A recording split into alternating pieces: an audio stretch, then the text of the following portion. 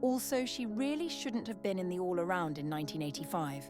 She fell in the compulsories and fell off bars in all-around and beam in event finals. To put it simply, she was too old. That was way harsh, Ty.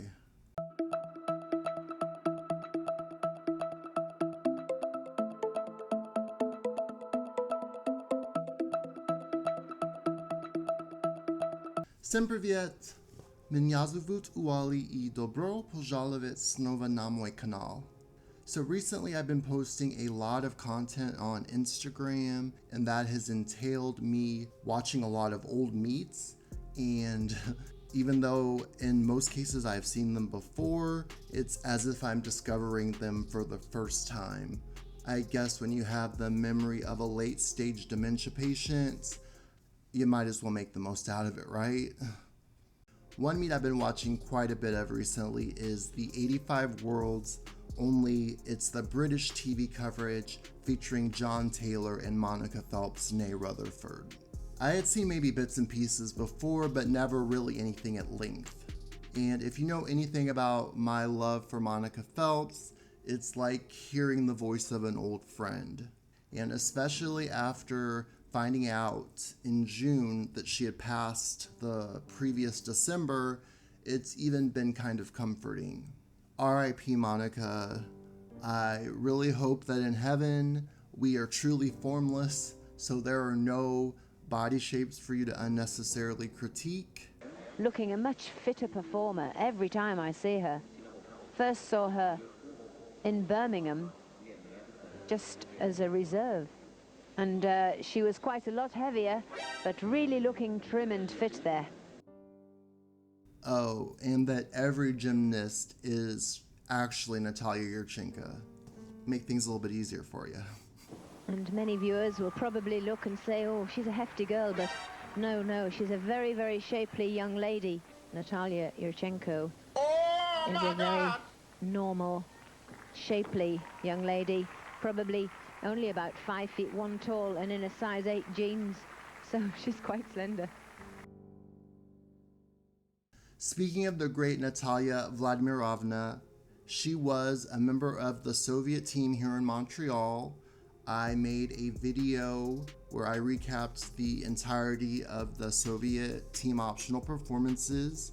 You can find it here. I will post a link. Unfortunately, Natalia had her fair share of mishaps throughout the competition during the compulsories. She was doing the most beautiful bars routine I think I have ever seen. The straddle back to handstand, the amplitude was unreal. The way she hit the handstand, extraordinary. And all she had left were the last 2 skills, free hip handstand and then the layout flyaway. She does the free hip handstand and tries to hit it perfectly, but she can't hold it and starts going the other way and falls off the bar. So devastating. I'm still gutted just thinking about it. Despite this, she still qualified into the all-around final, 2nd overall, and as the top member from her team, and she was the reigning world champion, mind you. During the all-around final, things were going fairly swimmingly, and she had even moved into the lead after the first 2 rotations. But if we know anything about gymnastics, a change gon' come. That was my Sam Cooke. In the 3rd rotation, Yurchenko is back at the scene of the crime, the uneven bars. As president of the Natalia Yurchenko fan club, I am obligated to inform you that she was the first woman ever to perform back-to-back releases on the high bar, as she does here. Tkachyov, well, she never got to the Delchev because she is off the bar. Her dreams of becoming 2-time world all-around champion are dashed. She's distraught. I'm distraught. Monica's distraught. John's distraught. We're all distraught. JK. In reality, nobody was distraught because everyone knew that Yurchenko was anything but a consistent gymnast. course, Yurchenko does have a history for making quite a few mistakes, because in the past she's dropped down at the European Championship. She dropped down into 10th place after a mistake on the bars. But I'm trying to remain optimistic. We still have the event finals. Maybe she can pull a TaTyana Lysenko in Barcelona and win beam to redeem herself. Or maybe not. Natalia left these worlds with a team gold and 3 6th place finishes, which is one kind of consistency, I guess.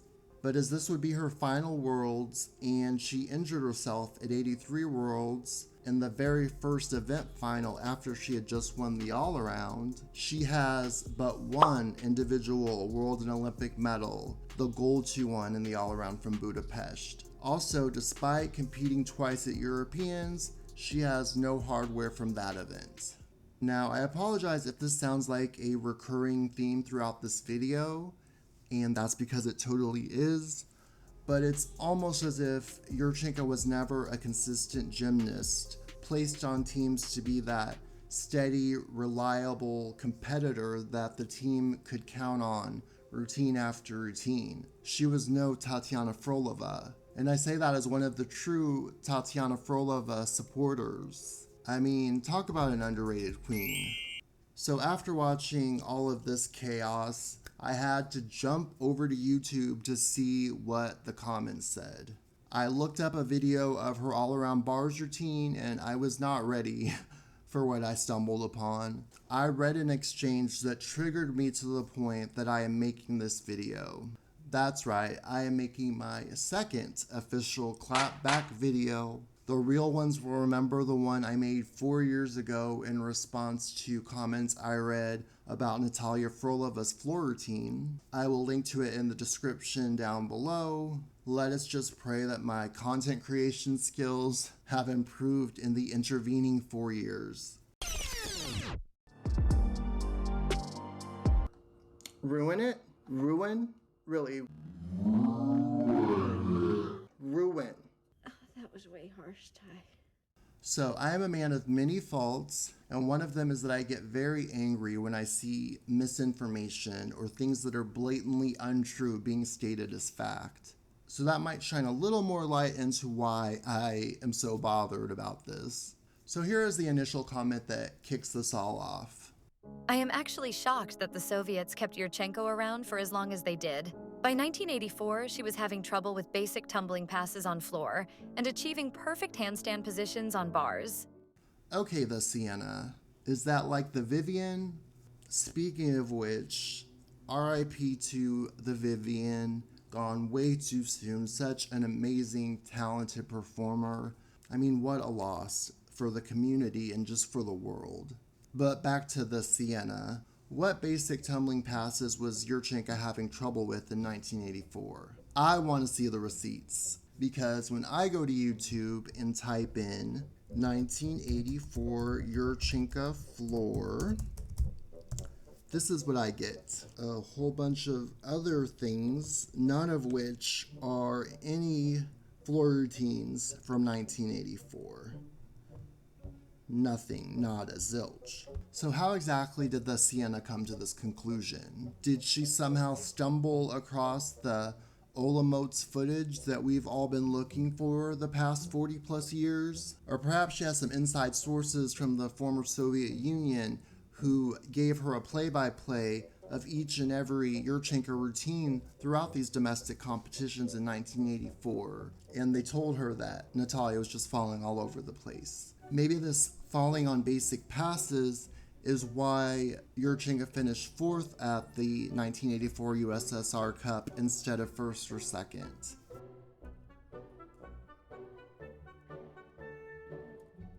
It's impossible to tell when there's no footage. Who knows? I don't. You know who else I'm pretty sure doesn't? TheSienna. But okay, let's give her the benefit of the doubt. She does say by 1984, so perhaps she means 1983. Technically, 1983 would be included in the phrase by 1984, right? But first of all, can we just agree that there are no basic tumbling passes in Yurchenko's floor routine? As far as I'm aware, the majority of her career, she always competed the same 3 tumbling passes. Full and mount, whip to double tuck middle pass, and a tuck double back dismount. Which of those passes was basic for the standards of the day? Anyway, Yurchenko did indeed struggle on floor a few times in 1983 at Europeans. Ja, dat was een dubbel salto met... At university games.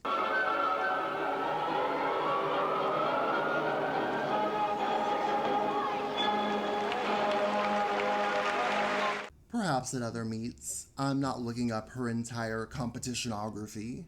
But you know what else she did in 1983? She won Worlds. Why would the Soviets give up on the gymnasts that would go on to win the premier meet of the year? Maybe they knew something that TheSienna didn't. The other part of her comment is made nonsensical by the fact that Natalia achieves a perfect handstand in the very routine that she's commenting on. Also, it's the same thing as this struggling on floor, even if she had some weak handstands in 1983. And that's a big if, but I'll give her the benefit of the doubt since she was right about Natalia having some bad landings in 1983 on floor. We can see that in 1985 she was capable of hitting some amazing handstands. So by way of logic and how the passage of time works, it would have been idiotic for the Soviets to have given up on her prior to 1985. Fix it, Jesus. So now we get to the best part, la cerise sur le gâteau, if you will. The Sierra has backup, reinforcement, a co-conspirator, another dumbass, some lovely person with the handle Oksana7305. And boy, does she have a lot to say. Today I thought the same. Gorgeous looking and great gymnast in her day, but after 1983 she was struggling. Having said that, she might have made the Olympics in 1984 had there been no boycott. She was injured for a few months after 1983, but it was clear that in the major competitions of 1985, she was continually falling. And in most of the Soviet ones too, after 1983, she doesn't make even the top 5. They kept Bichirova out of major competitions after 1983. I think the Soviets knew her time was over. Maybe the Soviets were infatuated with Natalia's looks and hoped to make money out of her from popular fans. I'm speechless. I want to go straight to what she says at the end because just, wow. But let's start with proving verifiably false statements wrong. Oksana says that Natalia didn't finish in the top 5 of most major Soviet competitions after 1983. Again, where? Which ones? Source, citation, show your work please. Because from what I am able to see, Natalia finished 4th at the 1984 USSR Cup, as I said earlier. She was 3rd at the 1985 USSR Championships. She didn't compete at the 84-86 USSR Championships, nor did she compete at the 85 or 86 USSR Cup. So I guess technically Oksana's correct. She didn't place top 5 at those events because she wasn't there, because she didn't compete at all. Oksana drags Bichirova into this because, of course she does. Why drag down one woman when 2 is twice the fun? I guess the argument is Bichirova stopped making major teams and was a former world champion, so Yurchenko's resume, also being a former world champion, should have stopped her from making major teams also. Well, it's not exactly like Olga was still at the top of her game after 83 and just being left off of major teams out of spite. She just wasn't as good of a gymnast after that. It happens every day, especially when you peak as young as Olga did. Olga was one of the rare gymnasts who just didn't call it a day and retire, and instead she kept on training and doing what she loved. And good for her, isn't that something to be applauded? Isn't that what we want to see? But no, Oksana just wants to make an example out of her. Okay, so the rest of this, the first time I read it, I think my mouth was literally agape. I think anyone with functioning eyes can see that Natalia Yurchenko is a beautiful woman. But this argument that pretty privilege is why she kept making major teams? I can't. What money exactly was the USSR making off of her beauty? I didn't realize there was this whole vast underground network of Yurchenko merchandise and memorabilia. I don't know much about what life was like in the 80s Soviet Union, but did they have celebrity endorsements, brand deals? Was Yurchenko the face of some car company or something? I just don't even know. I do know that I have yet to see even one person wearing a Natalia Yurchenko t-shirt, and I plan on being the first. Basically, I just think Oksana's full of shit. And Oksana is not done yet. She has one parting shot before slithering off to her cave of misogyny and stupidity. Also, she really shouldn't have been in the all-around in 1985. She fell in the compulsories and fell off bars in all-around and beam in event finals. At that point, she shouldn't have been allowed to go to the World Cup. To put it simply, she was too old. Girl, do you not know how math works? Despite falling off bars and compulsories, Yurchenko still had the top combined compulsories and optionals score from her team. Was replacing Mustapanova and Baroksanova not enough? Did she want a threefer? Yes, let's pull out Yurchenko for Mama Vera. Makes total sense. Or to be charitable, which I know I've been doing a lot of, but I'm trying to be good faith here. She could be saying that Yurchenko should have been pulled instead of Olga or Irina. This is perhaps the first somewhat salient point she's possibly made. The problem is, it's gymnastics. It's unpredictable. I have a feeling Mustapanova was not 100% in Montreal. By Olga's own words, Shushanova and Omelianchik were better optional gymnasts than she was at that competition. Baroksanova was another consistently inconsistent gymnast. You would be rolling the dice with either one of them just as much as with Natalia. But Natalia qualified ahead of both of them, so I don't see a strong enough case to pull her. Next. Allowed to go to the World Cup. Again, Oksana needed a little more gymnastics history before just typing whatever her heart desired into that comment box, which is true for probably 90% of the population, but still. At that time, the World Cup was a by invitation only competition, and it had pretty strict parameters when it came to eligibility. I'm not 100% sure of the exact rules in 1986, but they appear to be similar of those in 1982, and you had to have participated in the prior year's World Championships to be in consideration. Briefly, Gordon, what is the state of women's gymnastics in late 1982? Well, Al, in this meet, since they had to qualify through the World Championships, what we have here is probably the finest array of female gymnastics talent I've ever seen. Oksana likely doesn't know about the whole scandal of the '82 World Cup and how the Soviets kind of played fast and loose with the rules in order for Yurchenko to compete. So, if it were a situation where the Soviets got to pick who from their '85 team could go, as opposed to Natalia being personally invited, which is also a strong possibility as she was the reigning champion of the World Cup, if not Natasha, then who? Shushanova and Omelianchik were already on the World Cup team, so we have the rest of the '85 world team to choose from. Kolesnikova, Baroksanova, and Mustapanova. Olga was all but done in '86, so let's cross her off the list. Baroksanova, again, just as inconsistent as Yurchenko. She had an okay showing at the American Cup that year, finishing third behind Christy Phillips and Boryana Stoyanova. But then at the USA versus USSR meet, she finished in 12th place out of 12 competitors. I think it's safe to say Kolesnikova is the only other viable option. And there is a very, very strong argument to make that Vera, fresh off of winning the Goodwill Games, a team that Yurchenko was only put on at the very last minute, should have gone to the World Cup instead of Natalia. Again, I just don't know that the decision was in the hands of the Soviets.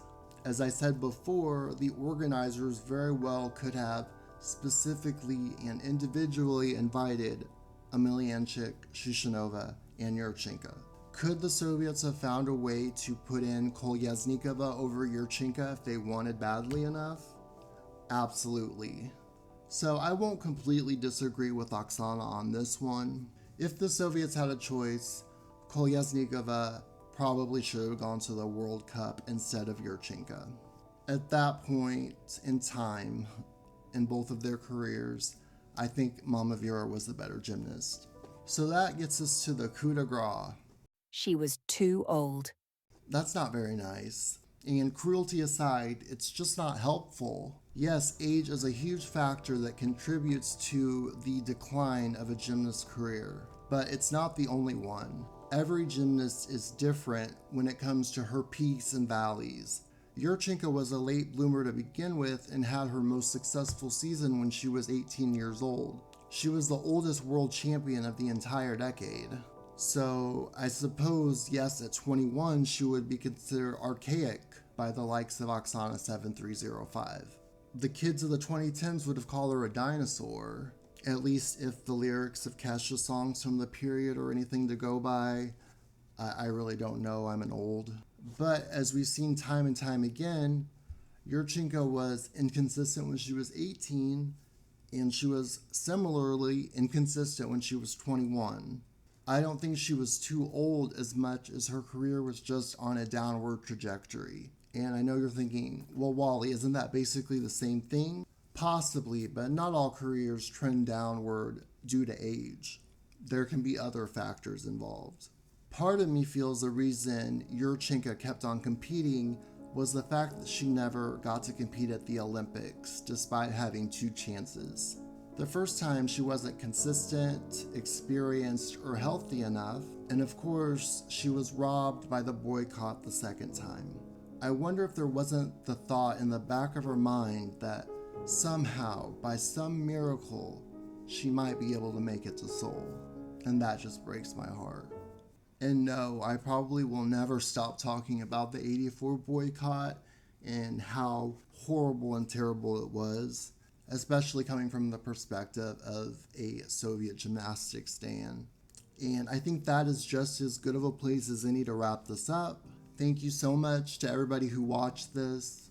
I want to give a huge shout out to my patrons at the Ilyenka tier, Slobodan, Debbie, Sugar Plum Failure, and Matthew. If you too want to support my channel and join Patreon, I will put a link in the description box down below. I recently posted 3 minutes from Olamote's alternate games that I don't think had been seen before by the general gymnastics fandom, at least not to my knowledge anyway. And I'm going to be recapping the beam and floor finals from 2025 Worlds very, very soon. So that's it for now. Thanks again, guys. I will see everybody in my next one. Take care. Discourse. Bye, loves.